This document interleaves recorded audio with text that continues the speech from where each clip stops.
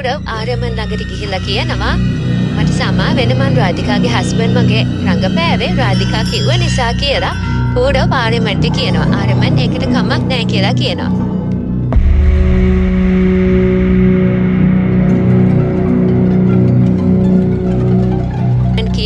මේකට international market එකේ ටිකේ හොඳ ගානකට දෙන්න පුළුවන්.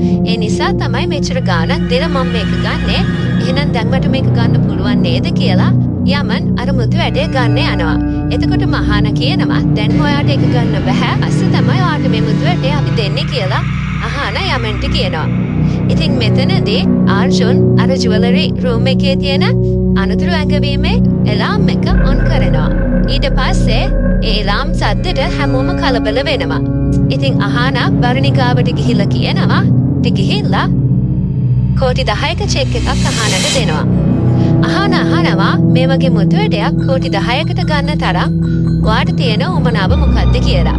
යමයක් විතර කල් යනවා. ඊට පස්සේ තමයි ඔයාට මේ මුතු වැඩේ අපි දෙන්නේ කියලා අහානා යමන්ට කියනවා.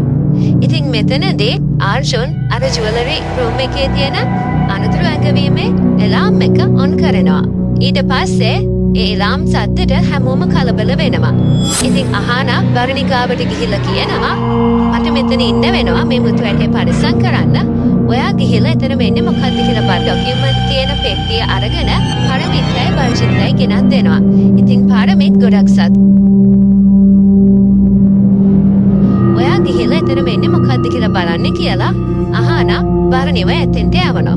ඉතින් මේ අතරේ පරමිත්ගේ මිනිස්සු අහනාර මිනිස්සයාට යපු ඩොකියුමන්ට් තියෙන පෙට්ටිය අරගෙන පරමිතයි වර්ජිතයි මේ බොක්ස් එකේ මොනවද තියෙන්නේ කියලා බලන්න ඒක ඕපන් කරනවා.